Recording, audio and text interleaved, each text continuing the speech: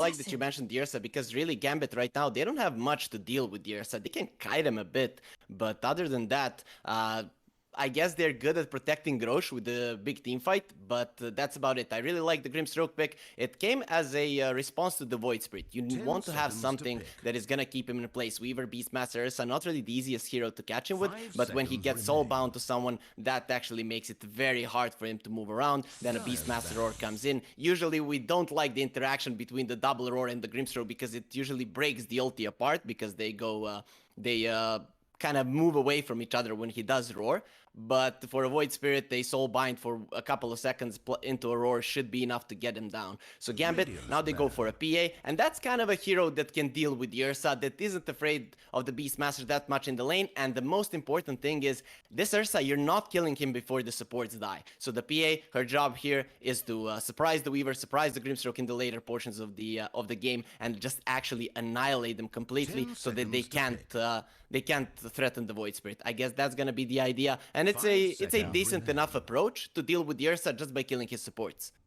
I like the idea of going, you have this late game security with PA, which we usually look at, that she's really good towards the late game. She's really good towards like the mid-late game, mid area. But would you be tempted? Would you have the option to maybe focus more onto that mid/early game, going with the Deso BKB build, for example? Because Bait is coming at you hard. They're really not giving you any time with this lineup with Beastmaster, Ursa, Grimstroke. They want to run at you the whole time. And do you have the space to farm if they just take all your towers?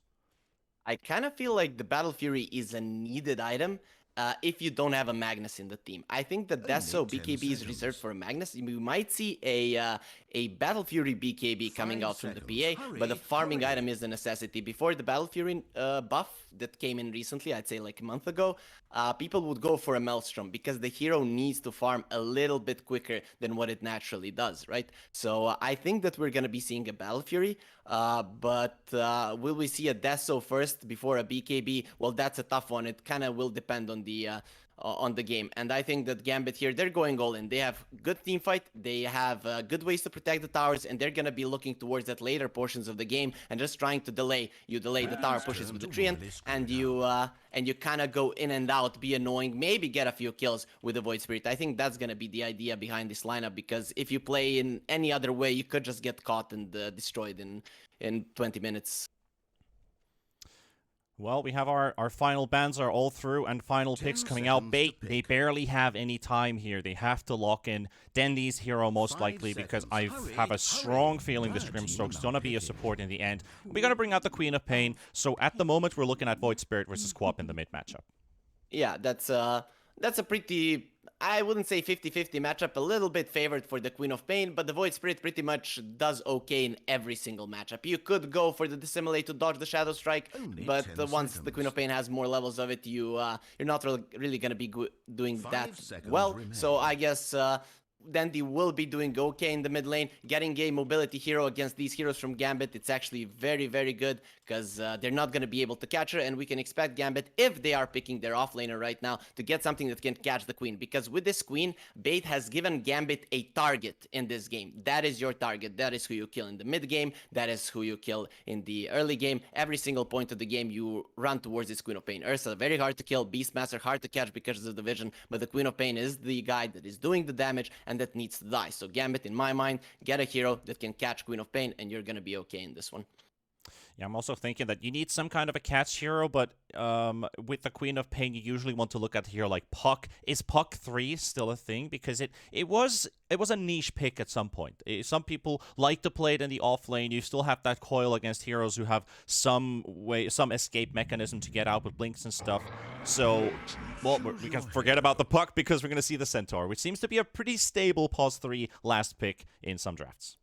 Yeah, the thing is, Puck would be okay if you look at the lineup, but if you look at the laning stage, he would get destroyed. That's Dota is progressing. progressing throughout the years. If the laning stage is completely lost, that's how you lose the game. We can probably look at Gambit as a little bit of a favorite in this matchup. And in my mind, how Bait win this is if they start winning the game from start to finish. So you don't want to allow that. That's why you're gonna go for a very strong, stable laner like the Centaur. He has very good animation, very good ways to survive against the Ursa with the stun, and so he's gonna be getting a ton of farm. And then you have that catch for the Queen of Pain. You have that kite with the Stampede to run away from the Ursa. So I'm liking this one from Gambit. It's a pretty decent response, but I wouldn't give them like a big advantage in the draft. The only reason why I think Gambit are gonna be winning this is because I see them as a little bit above Bait at this point.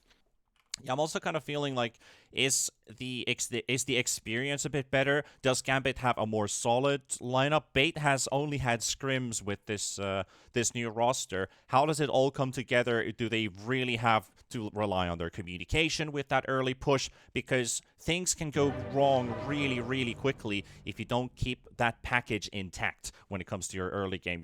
When you're very early game oriented. To be honest, Tier 2 teams in Eastern Europe usually do pretty well in that honeymoon period, right? Because usually there are some arguments, someone doesn't like someone or stuff like that. That's why you see a lot of roster shuffles anyways. So in my mind, them having a new team that hasn't really shown much just yet, I think it's fine and it's not gonna affect them that much. Not having screams and that Right. It can affect it, but I think this honeymoon period actually could help them in this in the first series of the league. At least, yeah, I agree. Like, I think some of the more memorable entries I would probably see from CIS, like, for example, Cheshire Cut, for example. Everybody knows him. They've all played around him. They've all played against him. He comes as a stand-in to play in D2CL and just comes out with perfect performances. Sits in really well with the team. It's not like you're forced to play the team style. You already know how they're going to play and how the people around you interact. Plus, you're very familiar with your opponents. So, like, stuff like that. I agree with you. Like, the honeymoon period really can pay off here for Bait. Yeah, it really could. It really could pay off. And Laguna almost walking into a bit of a trap here. Yeah, it's normal for Weavers to do this. It's normal for them to do this. You very rarely see the Weavers die, and he probably doesn't feel much of a threat against what Gambit have right now. Well, at least Laguna just testing the waters a little bit here, with Gambit finally locating the Weaver, trying to snatch the bounty rune. Almost manages to get that. But it is looking to go 3-for-1 in favor of Gambit, so a bit of extra dodge going to the dire side. Yeah, that's pretty nice, and it's pretty important when you are playing against the Ursa. Ursa needs a lot of regen in the lane because he wants to be continuing to be aggressive. Ursa, Slark, heroes like that, they want to get a lot of hits in. They want a lot of regen, so this little bit of a bounty rune, it probably won't matter much, but it could, right? Imagine if Island doesn't really have a lot of regen there, then Afterlife can actually really pressure the Ursa, which shouldn't happen, right? But it could, just because of that little small start. Kind of thinking about the synergy here between the Snapfire and the Centaur when you're going up against Ursa. Ursa is considered to be like a really good melee versus melee matchup carry here, because you're capable of trading a lot better. You can still live off of being the so-called shark in the lane without, if you miss a couple CS but score a kill, it's still probably looking better. But how does this Snapfire Centaur come into play? Do they have good kill potential in this lane? Like, they have the combo with the stuns, at least a bit of minus armor. Is it enough to kill a nurse? It is enough to kill him, but I don't think Violent will allow that to happen. The thing that they could do is keep him relatively low, and then he's scared to be aggressive. And I think that's going to be good enough for Gambit. Of course, if they see an opportunity, they're going to go for it. But we can imagine that Sayo will be going and harassing Violent as much as he can. And then when Violent is around 70% HP, then he is in territory where he could die and will probably just be staying back. You can see for now, he's not really going on the aggressive with the Ursa, but that has to change at some point if he wants to assert dominance in the lane. Yeah, exactly. If, like, getting a couple levels at least in between, maybe into level 3 potentially at least. Grimstroke attempting with the Inkswell catch Afterlife, but he's also not allowing that to happen. And we can look at this mid matchup a little bit here with the Queen of Pain versus Void Spirit. We're still waiting to see if Dendi wants to go for 2 points into Dagger, but I believe we're going to be seeing a Scream max out of this Queen of Pain. Yeah, the Scream Axe will come out, though, you know, you have 1 point in the Simulate, you cannot dodge 2 Shadow Strikes. He actually goes for a Blink here just to secure the rune, so that's an interesting one coming out from Dandy, something that we rarely see before level 4. But I have to say, Meliol, he is definitely showing that young blood is gonna be winning right now. And speaking about that, we see the first blood Laguna. He finishes off you the did. Dominant. It's a classic detours to start off the tournament. First blood does go for bait, and it will go on the Treant Protector. It's Laguna handling that 1 versus 1. Smiling Knight taking a couple hits here as well. Laguna does find the sentry ward, at least, in the lane, but I believe Treant is also bringing one with him. Smiling Knight in a bit of trouble. Minus armor applied. Doesn't look like it will be enough with the Crypt Swarm. He is waiting, but it doesn't actually squeeze in any right clicks in here. Plus, you want to get that 3 on Weaver for the Geminate attack to really bounce off this Weaver.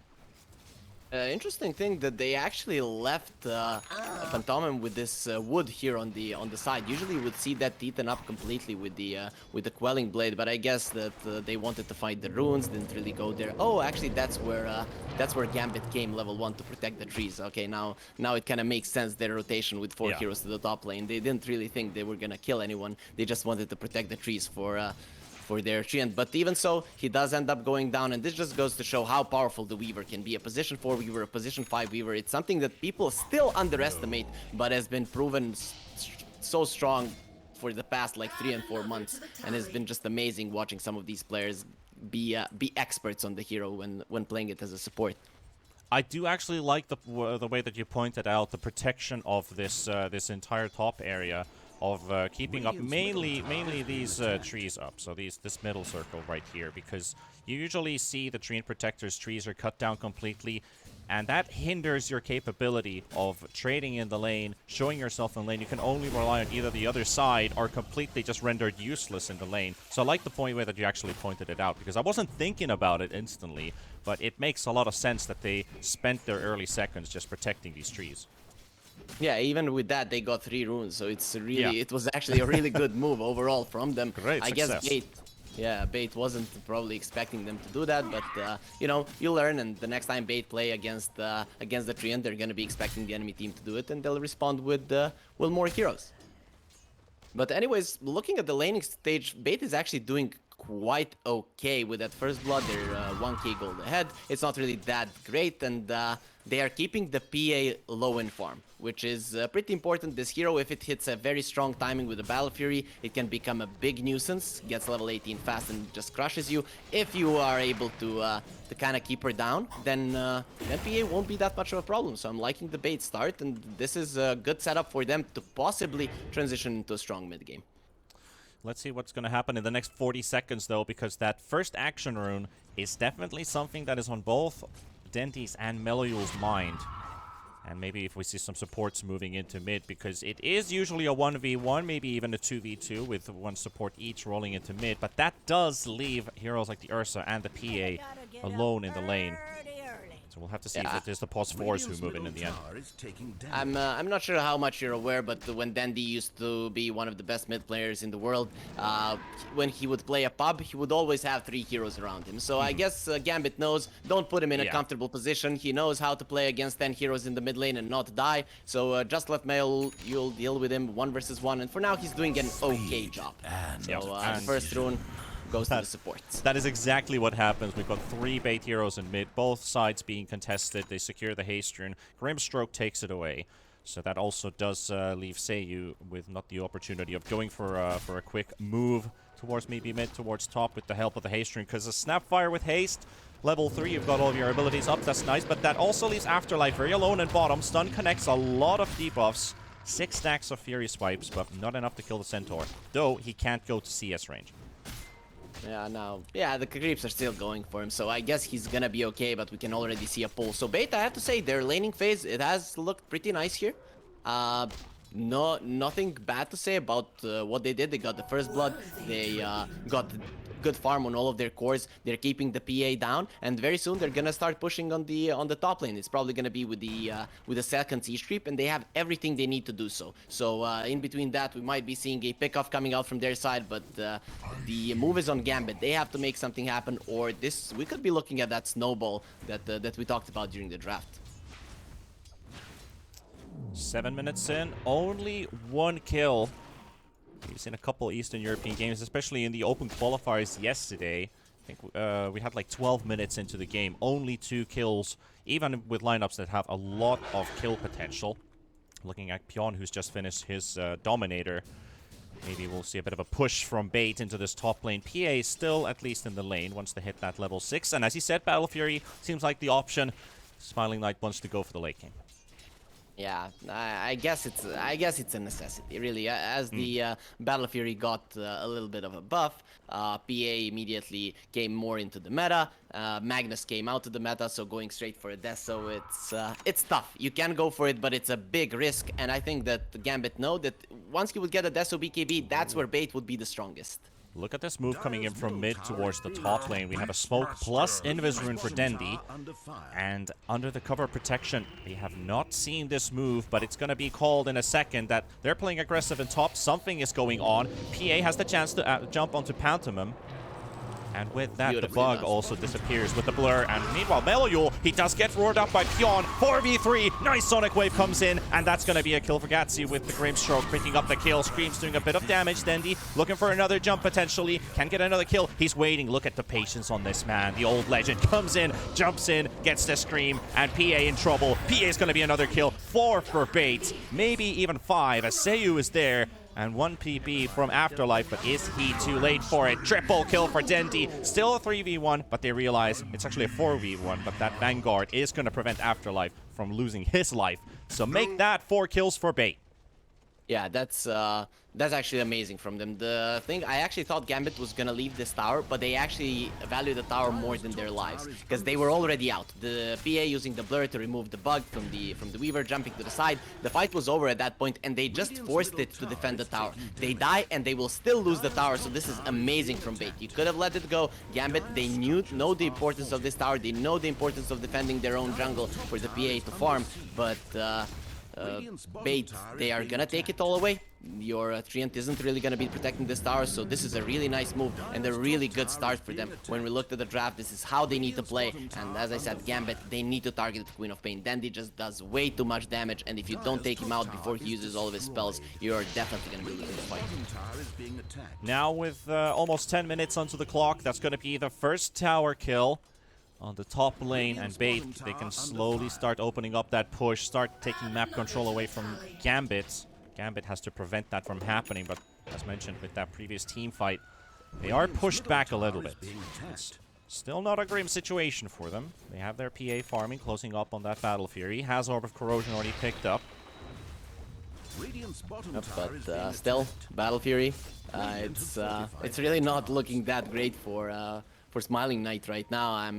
I'm guessing that's why he's only Knight in this game, because definitely no reason to smile at this point. And Bait, look at what they're doing. They're gonna be overtaking the enemy jungle. This is what the Beastmaster does best. The only way you kill him is if you smoke and go on him. And who is going to kill him, really? Who's going to kill him? There's no one there. They don't have the blink on the Centaur. Only the Void Spirit can catch him, and that's not a kill 100%, so he's gonna take everything. They're slowly gonna start poking the mid lane tower, and once that tower dies, and if they continue playing like this, it will eventually go down. Then the Roche will be open, and Bait's idea of how to play this game from start to finish will actually look like it's gonna work out very early on. So Gambit, they need to take control of their own jungle, and that's why we're gonna be seeing a smoke and a movement now coming out from them.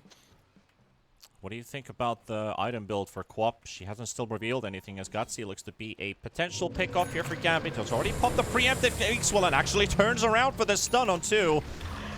Really nice aggressive play there from the Grimstroke. Might lose his life in the end. Meluyul goes for the aggressive jump, and Dendi is right there as well. Dissimulate is available for Meluyul. We'll use it to escape back onto the high ground. It's a quick kill. Yeah, nice quick kill. They get it. It's at least gonna open up their jungle a little bit. alleviate the pressure from the mid lane tower, which Afterlife will be protecting. So Gambit, they understand what they need to do. The problem is, are they gonna be able to hold out long enough playing like this? Because you're always on the defensive. They've made an aggressive move, something that we expected. Void Spirit going in, getting a kill, but look at this, the Rosh is already gone, and Bait, everything is going according to plan. I'll have to say this is a pretty impressive first 12 minutes into their first game of this season's DPC, as they've already snatched an Aegis. Veils pick up on the Queen of Pain, so they want to amplify that magical damage output that they have on their team, which works nicely, and obviously get that tower push going on now. I'm actually not so sure about this Veil. Okay, the Grimstroke and the Queen of Pain, they do a lot of magic damage. The other heroes are kind of not that great. The stats on the Veil, not the best. I guess it's ideally to kill the PA, because the PA really doesn't deal well with magical damage, and that might be the main reason. And now again, used in top. It's going to be a quick kill onto the Beastmaster. Second smoke used up by the same two fellas. Turns out to be a kill for Gambit. Yeah, it's a classic one. They have to protect their jungle. They're leaving Afterlife in the mid lane, and this is the punish that might come. They maybe actually get the Centaur kill, but he's so tanky, getting healed by the tree and Pantomime, looking for the 4-man ulti. Not enough to save Afterlife. He will be going into the Afterlife, literally from that, as Dendi picks up the kill. Though, Bait is not able to commit to the tower. This the power of the tree and Protector. You're going to go all in or nothing. Yeah, and for now they can't do it. So Gambit is actually doing a good job protecting the top part of the map, letting the PA go to the bottom lane, and putting their fattest hero in the mid lane. But Bait, I think they've had enough of it, and they're gonna start hunting the big one, which is gonna be Gambit. And very slowly they're gonna be moving towards the bottom lane. And I don't think he expect this to happen. Okay, now he's aware. Yeah, he's moving out. Bait is also regrouping once again, moving away from this mid lane. They can't get any tower damage dealt, and that is Pantomime's strength here. He just keeps buffing up this mid tower. Every push attempt so far, they've been very minor, very small, so you can always get that tower back up, and that is very important for the Dire team to hold onto their mid tower. Bait, they don't have similar tools for their tower defense. They kind of have to play the initiative, right? Yeah, they have to do it. They know that they're somewhat on a timer. Of course, I mean, with the Beastmaster, you can always have some split push later on in the game, but the catch from Gambit, it becomes more and more dangerous as time progresses. Your heroes will die, and that's why I'm not so sure about this Veil of Discord and the Queen of Pain. A BKB, a Sanjin Kai, something to make you fat, to allow you to dive more, would be something that I'm looking for more, and then he is going for a BKB now. He understands the situation. But I have to say, usually when you're looking at Division 2, you're like, okay, they're not going to be playing maybe the cleanest Dota. I have to say both teams using the strengths of their drafts to utmost perfection here. You might see a bit of a misplay here and there, but Bait, they knew what they needed to do. They're still trying to do it. Might be a little bit slower than they should. And Gambit, they understand. Protect the bottom, the top part of the map, protect the mid lane tower. That's how we win the game, and we're gonna continue. We're gonna be seeing this until Bait can actually break the cycle, if they can do it. Well, as we are 14 minutes in with only 8 kills on the board, that's a tiny quick glimpse at the graph. There's a very interesting XP underscore advantage underscore radiant percentage, so that I believe is going for Bait. But the gold graph's very minor, XP very minor right now. Still neck and neck, at least in terms of money and economy as a total, though. But that Aegis is about to expire in 2 minutes. I'm pretty sure Bait wants to use it. Like that being said, they will smoke up as 3. Instantly breaking the smoke is violent, but the rest of the squad leading the front. Melayul, prime target here. If they can get potentially a soulbind connected, maybe then they can catch him, but they're going to let him slide for now. Waiting for the Weaver to show up as well. Laguna is in place inside the Roche pit, and they're look at the way they take this control over the jungle. Very systematic, very careful. Yeah, they know what they need to do and how they need to do it, but the problem is that Meliul, he knows exactly that they can't kill him if there's no one close. He goes for the Yules. Usually it's like a catch item for the Void Spirit. Here, it's to remove the Phantom's Embrace. That's the spell that kills him. If his teammates are not there to connect with the Soulbind, he's never gonna be getting roared. There's just no way unless the Beastmaster gets a blink, which he's not going for just yet. So now Bait, they're gonna change up the tactic. Force the top tier 2 and then open up the map so that you can push the mid lane tower. But we see that Gambit, they don't really care. They're just gonna put one hero there, and the treant should be enough to make sure that the tower doesn't go down. So Gambit, they know exactly what to do here. It's actually amazing. Very good. Yeah, very good read from Gambit. They just park Afterlife inside the tower range. Tower is taking damage to itself while hitting the Centaur. There's the defusal now ready on the Ursa. Laguna will run into the Centaur, break his Blink Dagger, but he's still going in. Baiting at least for a little bit. Trying to get some information on Bait's locations. Where are their heroes? Where are they right now? Trying to draw them into the Centaur. He knows that he can be the frontliner right now, and he's somewhat immortal. He has been killed once, and he will catch Laguna. We'll get the connection as well with the Aether Remnant. Does get a really good time lapse though, and the turnaround from Bait. They do force out the Stampede. The Yules into the air. Stun does connect onto the Centaur still. Violent on the hunt. Dendi aggressively blinking in as well. Has that DD rune with the haste as well. Double action rune on Dendi, and he's hunting for more. He's looking for another one. Goes for the aggressive blink onto Seiyu. Does a lot of damage with the scream, but not enough. And now he's trying to line them up for the Sonic Wave. He's still 1v3ing here, baiting the tree to drop the overgrowth, drop the base, but he's not doing it. And with doing so, they're going to secure this mid-tier 1. Yeah, that was the main reason. I don't think that Dendi ever thought that he was going to be getting a bonus kill after that Centaur. When you see your Centaur dying, you're already kind of bailing out of there. So Gambit, they will get pushed back, and Bait finally finding an opportunity to get that mid lane tower. You can see how systematically they approached it. Let's go onto the top lane, force them back a bit, move around the map so they don't know exactly where we are, get them into the defensive position, and then bait them into a engagement that they don't like opening up the map for us. So Bait, they actually set that up quite nicely from start to finish. In the past 3 minutes, they had an idea of how they're gonna take the tower, and it worked out well for them. Meliul wants to play aggressive, gets the Yules onto the Weaver. Time lapses off cooldown, but Dendi is coming to the rescue. It's not necessarily going to be enough, though, with the stun combinations from Gambit. Will be enough to take down Laguna. And the threat of the Weaver roaming around the map, at least gone for a couple seconds.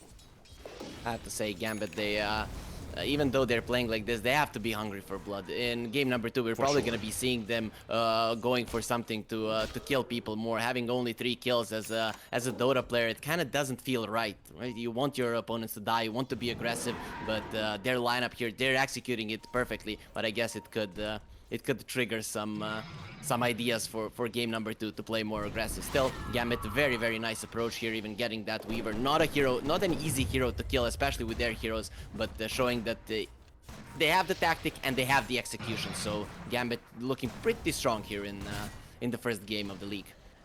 For Gambit, yeah, it does look like they found a way to kill the Weaver, but they have to commit like 2 to 3. They always need a +2 on it, because they need a follow-up. When you have War Stomp, you can get the Remnant to follow it up for a second, then you have Cookie Stun. If things go south, you still have the Overgrowth, which you probably would want to save for a bigger team fight. Talking about a bigger team fight, they also dropped a scan on the high ground, and they found Bait's location. They are constantly moving around this top jungle area, keeping the top lane pushed in. Treant trying to heal the tier 2 tower as Pion just wants to keep the lane pushed in. And they are coming in with a 4-man smoke. Do they surprise Bait? Yeah, it's a beautiful one, and they're definitely going to be jumping on Pion. No one there to help him. Nice. Really good combination. They just put everything on top of Pion. But they do use 2 ultis for this kill, buying a bit of extra time for the PA to farm, and these are important kills. Yeah, they're definitely important kills because Bait, they don't want to be losing anyone. They're still staying in the area. I'm not sure that Gambit wants to fight, but here you can see that they're kind of poking and prodding. It's we will fight you only if you come to us because we know the time is working for us. And Bait, usually they would take that fight, but considering that one of their main heroes is out, they'll definitely just take the loss and get themselves out. Maybe hope to catch the PA, though for now, Smiling Knight has really been doing a good job, and when your team is constantly poking in front, you will have more info around the map. You might not see where the enemies are, but he can have a pretty good idea of what they want to do. Looks like they're now also moving inside the Dire Triangle. Potentially putting vision down at least. Dandy is just scouting out for wards. Gutsy also doesn't have any ops wards on him right now. Could actually look. They do have, there's actually 0 wards in stock right now for bait. They do have a shop in the store. Sorry, shop in the store. Sorry, tome in the shop. That's getting lost with words already. 20 minutes though. Blink Dagger picked up on the Ursa. We're going to see a lot more mobility from Violent. Yeah, and I like it. He wanted to go for a BKB, but he understands. He understands they need to move around the map faster. That's the idea for bait, because Gambit, if you're playing slowly, then they're not gonna make a mistake. You need to force them to make a mistake. That's what they did when they went for the top lane, then went for the mid lane. They forced Gambit into a mistake. That's what you have to do. If Gambit are holding their position nicely, you're not gonna be getting anything off the map. So bait, they need to move around the map left and right faster, from the enemy triangle to the enemy big jungle. That's how you catch Gambit off guard. For now, they're staying in a defensive position, and this, I think, has kind of been the idea for bait. Once they start getting pressured, they might have an idea what to do in the first 15 minutes, but when the real mid game starts, they're definitely lacking something, and lacking that I don't know what it is. Is it leadership? Is it confidence? It is something that doesn't allow them to make the fast and very smart moves in the mid game. So now in 20 minutes, we can see that they're somewhat lost. They would like to go for Roche, and they might even be allowed to get it, because Gambit, they don't really care. They have the BKB on the PA though, so might wanna go in and fight. But they don't have to. Yeah, I think I agree with you that there's something missing, maybe a tiny bit of flair, and maybe with the lack of the team just being so fresh, being so new, they are considering a potential plan B. So they're not fully committed to the plan A, which was their idea during the draft when they were reading what is Gambit looking for, what do we want to go for. They have these second thoughts that, hey, we might have to go late game, and if we do end up there, how do we fare? What do we do there? Maybe they are second guessing their main plan. Who knows? We're just, we're just trying to read the situation. But Gambit coming in from the other side, they've located themselves. Yeah, Melloyul does actually get popped as Dendy goes for this quick blink in, popping 3 smokes from Gambit. Gambit on full retreat. At bait, they have the vision advantage. Yep, they do, and they're probably always gonna have it just because of the Beastmaster, but Gambit are in such a good position to fight this Roche. They can come in from multiple sides, and that's exactly what they're gonna be doing here. This is gonna be good enough in the fight. Look at the blade coming in from Afterlife onto the backline. Pjorn is the main target that will take down the Beastmaster instantly. The Soulbind does connect, but there's not that much damage right now. Bait is being hit by a 3-man overgrowth as well. Denny popping his BKB, going for the aggressive blink. He releases the Sonic Wave, and they need to get these kills because they're now at half HP, but no kills. Smiling Knight does find one, and it's on Violent. Afterlife, he's living through the dagger, he's living through the pain, but this Weaver's not, and Laguna is also punished. 3 heroes lost from bait. Gutsy just might be the 4th because Smiling Knight finds him, and Melloyul finishes and seals the deal. Gambit get 4. Yeah, it's maybe now Gambit are gonna be a little bit satisfied that they finally got to hit some heroes, because for 20 minutes they were just dodging them. But you could see as the fight was about to start, the way that Gambit were positioned, it was awesome. And bait, this is what I'm talking about. They kind of get lost, and then they go for things that they have to go for, right? And it's like, we have to go for Roche, but they don't make a systematic move like they did for the mid lane tower, making 2-3 moves for it to open up the Roche. They just walk in. They had an idea with the smoke, it doesn't work out. Okay, they're not here, let's go Roche. But Gambit, they were ready for it, and we can see just a bit of a difference here in the movements between the teams. 15 kills now with that 4,000 gold lead. Gambit, in the first time for this game, is now in the lead, at least economy-wise. Afterlife, however, located with the Roar, but can they get this kill? He's super tanking them with Centaur. Really difficult job here for bait, but now with the help of Dendy and Violent, they do get the close in on the Centaur. Force Stomp comes through, Seiyu TP's out. They're gonna leave the Centaur for dead. Maybe even more. Smiling Knight decided to go in, though. He's 1v4ing this fight by himself, and he takes down Pjon. Dendy at half HP. He does have a BKB. He just blinks out, but now Violent is the one who's all alone in between 3 Gambit heroes. Gatsy, Laguna coming in as well. Another jump from Smiling Knight, but Gatsy does have himself that Ghost Scepter, so PA's unable to deal out any extra damage. And with that, looks like the fight does finally calm down to a 1-1 trade.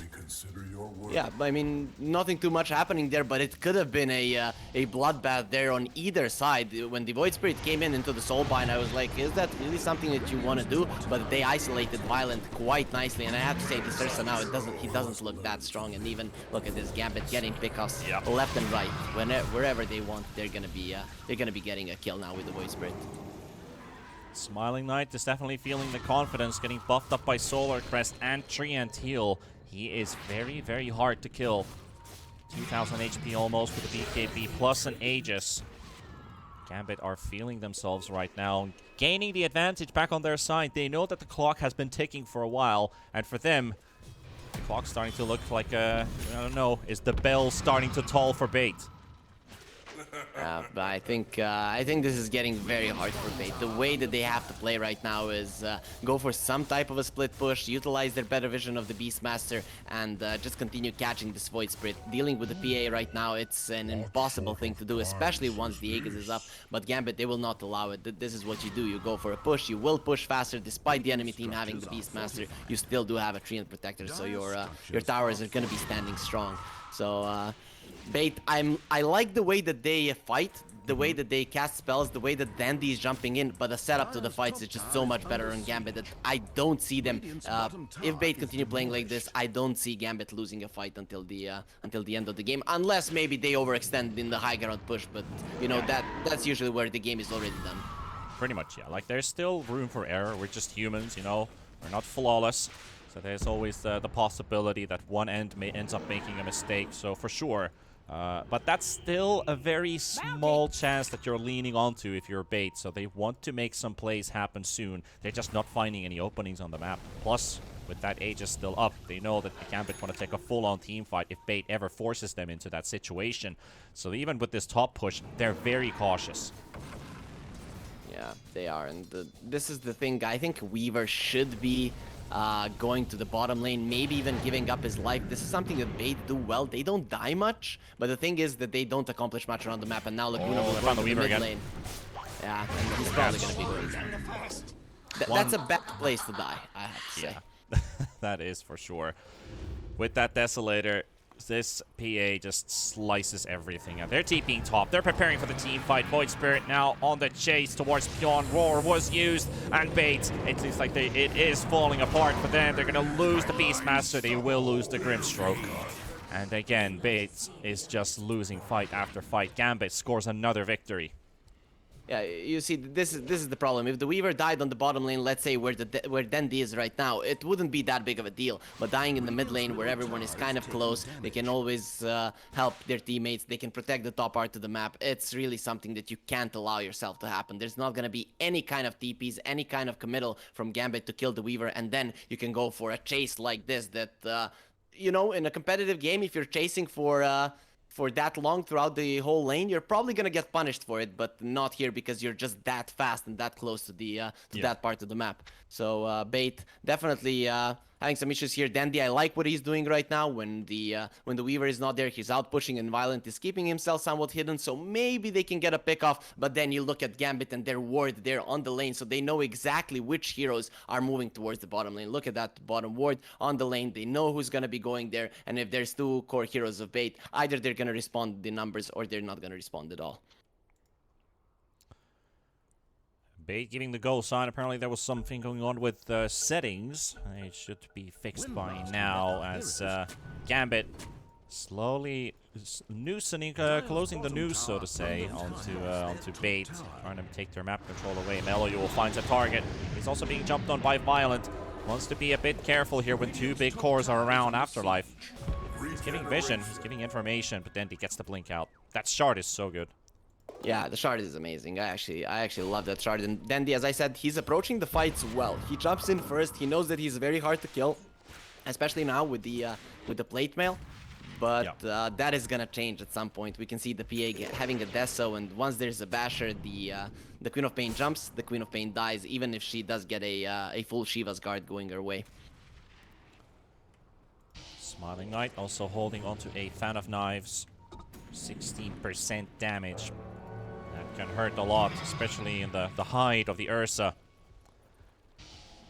Yeah, and also removing that passive Fury swipes, it's something that takes away the Ursa's damage completely. It's worse than when the Razor takes away all of your damage, I have to say, on the Ursa. So, Agreed. Violent, it's gonna be very tough for him. Bait, they had a really clear target being Meliul in this game. Now they have a target PA that they cannot kill, right? So it's becoming increasingly harder for them. But as I said, if they continue playing, I'd say on the top part of the map and not moving bottom top, trying to force Gambit into a mistake. In this kind of a scenario, Gambit is not going to make that mistake. So Bait, we're looking for them to be a little bit more confident in how they move around the map, even giving some kills. That's how you get better in Dota. And I think this is the problem with Bait, that they are afraid to lose. Every single time that I'm watching them, they're afraid to lose. And in Dota, if you're afraid to lose, you will inevitably, in the end, lose the game, unless your opponent makes such a big mistake, which is impossible to happen at the current level of Dota that we're watching. Yeah, it's true. It's like, it's super hard when you're going with this mental game that has a massive impact on your performance, the opponent's performance. And I think you're putting it really well when you're saying, like, being afraid to lose will prevent you from winning games, because you need to have that craziness. You need to have that kind of chaos with the aggressiveness with your play sometimes, because it can turn out for the better, and you might even unfazed your opponent. Like right now, an opportunity arises as Afterlife is the one to go to the high ground first, silenced up as well. 600 damage only dealt to the Centaur, and he's up and running. He's still chasing. Nobody's hitting him. He's still got his blink available. Look at that two-man stun. He's also been offered. Overgrowth does go out, and they will lose Pion. TD room will be popped by Dendi. Trying to get something in the back. At least he gets the kill on one, gets a second one with a Sonic Wave. Now Afterlife in a bit trouble, does get another stun connection onto the Weaver, and Laguna's out Seiyu does come with a buyback, and it doesn't really matter. As much as Dendi tries and attempts his best, Gambit just seems to find the better of it. It's an ultra kill for Smiling Knight. And he's searching for Dendi. He wants the rampage, and Dendi's not going to be a good sport to give it to him. This is a competitive match, and if they would allow Smiling Knight to get that good of a start in the league, who knows how big of an issue he could be later on. Imagine that wind in your back, and how proud of yourself you're going to be for a instant rampage in the first game. So again, Bait, their execution in fights is okay, right? They're using their spells quite nicely onto multiple heroes, but let's follow Dendi. Nah, he's definitely not gonna be dying. Afterlife is just being annoying. But the whole setup to the fight, Afterlife running in, I don't care if I die. His team is behind him. If they kill him in a second, guys, we're gonna move back. If they don't, then we're gonna crush them. They can kill either the PA or the Void Spirit. They cannot kill both. The other one will destroy them. They went for the Void Spirit, maybe thinking that the PA is not a target at this point, and then Smiling Knight just cleaned up the fight. So Gambit, before the fight even starts, they know exactly what they're gonna do in every scenario, because Bait at this point, I have to say, they're easy to read. And their lineup just becomes more and more easier to execute as time passes by, because they know that the power of this PA is real, and it's just unmatched. Yeah, for now, it's there's really nothing they can do. The only way I see for Bait right now is for the Queen of Pain to get so tanky that they can't kill her in stuns. He pops a BKB, he gets a few kills, then he jumps out, and then they go in with the Roar. If they're jumping in with the Roar, attempting to burst someone with Ursa, it's just not gonna happen, considering the item advantage that the Gambit have right now. And most importantly, if they could get that double Roar through the Soulbind, which Gambit are just not giving them. Like, they are always either on top of Pion, so he can't get his ulti off. You've got the Soulbind on 2, but then there's no Roar to follow up. And look at Smiling Knight, just goes in. Stampede will be used. Pion is already taken out before the fight's even started. Gutsy gets his TP cancelled by Afterlife with the stun. And another slice and dice coming in from the Smiling Knight PA, and even takes down the Black Dragon with him, plus 250. Yeah, and he's going for the Aghanim Scepter, so we're gonna be seeing some hardcore ninja action here from Smiling Knight, considering how fast Bait are dying. That's your offlaner, right? That's your offlaner with 15 armor, and he doesn't go into minus, but it looked like he was, given that one crit was enough to get 80% of his HP out. And now when the Roche falls, Bait, they have an Ursa, they have a Beastmaster lineup. Now when this goes down, now things really become increasingly hard, because now Gambit, they cannot lose a fight. No matter how Bait set it up, and they're not been setting it up perfectly, no matter what they do, they're gonna lose a fight. And Smiling Knight is just gonna be running towards him like a madman, and we can already see just a lone assassin in the enemy woods searching for a bear to hunt down. And Violent, he can be an angry bear, but he's gonna die in a few hits. And Laguna just gets solo killed by Meloyul. That's how powerful this Void Spirit is now. That when they were struggling with catching the Weaver a couple times, now Meloyul can just solo kill this all the way from 100 to 0 with that E-Blade. Kaya and Sanj, a lot of damage on this Void Spirit to apply, even by himself. Now Gambit, they get rid of the mid-tier 2 tower. TP is coming in as well from the Void Spirit. Does Gambit decide to go to the high ground? They're waiting. There's a DD rune that could be also picked up. Yeah, once they see that, maybe they really decide to dive like madmen. And as you said, he hunts down the Weaver. And there is a certain type of satisfaction when you are catching the annoying hero, right? He has been annoying for 25, 30 minutes, and then you kill him, and then you're super, super happy. Look at what Smiling Knight is doing. Goodbye, Gutsy. He's gonna be out for 45. Yeah, they are scouting around in this bot lane. They're not able to find one hero. Maybe they can find Dendi. Meloyul taking damage. Yeah, he's taking a nice little detour, but Dendi actually reveals himself, and now Meloyul's TPing out, so he's happy with just keeping up the push. They've got 25 seconds without the Grimstroke. Glyph has been used as well, so there's no more defensive tools for Bait. And the jump onto the backline, catching the Weaver, and this Weaver is just going to say goodnight to himself because, well, nobody else is there to tell it to him. Smiling Knight says, I'm not even gonna crit you, you're not worthy of my crits, I'm gonna use that one for some stronger heroes. Bait really, I'm not sure that they have those stronger heroes right now. Maybe Dirsa once he uses the Enrage, but when you are, it's actually not certain if you're gonna be surviving in your Enrage. If you're below 20% HP, that means that you're in a really big problem and violent, working towards that BKB. But the thing is, what item does really change a lot right now? I would say not a single one, and Bait here, they're just trying something out, maybe talking about the next game, because this game number 1 should officially be over. Yeah, this first game is a lost cause at this point, so it would make sense that they're preparing themselves for maybe potentially one team fight, maybe look how they synergize a couple of things, get themselves like a good feeling at the end of the game, because they know that this is very hard to salvage into a victory anymore, or even a comeback. It's obviously always possible, but even the Gaben graph tells us that that 1%, that's a very, very slim possibility. And Smiling Knight is not going to let go of that. 12, 1, and 5 on this PA, been a part of 17 out of the 22 kills for Gambit. Tells how much they've also been halting their game until PA was online. And things have worked out nicely for them. Now he has that Aghanims as well, PA, which, by the way, is one of my favorite Ags in the entire game. Yeah, it's very fun. It's very fun for anyone who played some of those mini games in Dota. They know Hardcore Ninja. They know how fun it is to jump around. Look at that. One potential fight here, but Violent, does he have the damage to take down the Centaur? He's going to get jumped and bashed by the Knight. And again, another dagger bash flies in. Abyssal being purged off as well, so he does get himself away for a little bit longer. Dendi goes for the blink out. Gambit, they've taken one kill. That is the Grimstroke. Can they finish off the Ursa? Ursa very low on HP, 600 remaining. Meloyul doesn't go for the aggressive dive. Smiling Knight has also used his BKB. Does have an Aegis up for 120. Bait are smoking up. They know that this is do or die time. So good timing, good thinking about it. But meanwhile, Dendi in trouble and gets bursted from 100 to 0.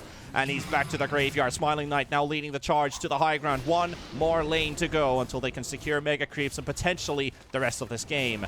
With the rest of his boys waiting on the low ground. Yeah, we can see Smiling Knight didn't even crit the Ursa once, then he critted Dendi a few times, so it was kind of sharpening the knives for Dendi himself, and that kind of does make sense. Dendi is the biggest name, everyone wants to beat him, even though now it's a lot easier than it used to be, but the fuck is gonna go out again, and now Dendi with the buyback, can he really do something? Yep. Oh, he gets his dagger out, but he's going to get stunned by Afterlife while he's in the tree. The Refresher Shard used up, and the stun combinations all the way through. Dendi's not even allowed to play this game anymore, and he's out. And GG is called by him as well. Gambit will take the first game in 37 minutes with a pretty convincing victory. Yeah, I'd say from start to finish, it was pretty much in their favor. The first moves from Bait, they were really good, and I'm definitely looking towards game number 2 to see if Bait is gonna do the exact same thing, where the first 15 minutes are looking amazing for them, and then they just kind of get lost. But Dota, it's all about the mid game. Everyone can learn the laning phase, the first few moves, but you need to be strong in the mid game to actually be a very, very good team. I totally agree on that. Gambit, they understood the strengths of their lineup. I think they played it out really nicely. But for Bait, I think we spotted a couple of mistakes from their gameplay and a couple things they maybe could have done a little bit more, how do you say it? Like when you're trying to get the roughs out of the diamond, when you want to make it look really good. Like, what are the pieces that you're still on some rough edges? I mean, they have to. It's actually not about the execution, right? They're playing Yeah, yeah. okay. They're playing well. You can see that they're in good form. Their spell usage, their the way how they coordinate in team fights. It's okay. The thing is that you're putting yourself every single time in a tactical disadvantage, which in Dota is detrimental. I mean, basically Gambit could have played those team fights with one arm and they would have won it because they were just in such a good position that making a mistake is incredibly hard. And for Bait, it's almost impossible to win those kind of fights. Yep. Well, we're going to take a tiny break here. Let's see if Bait can pull themselves together as we head over to game 2 with a couple minutes of commercials for you people. Hope you guys enjoyed this one. We definitely did. We'll see you in a couple minutes.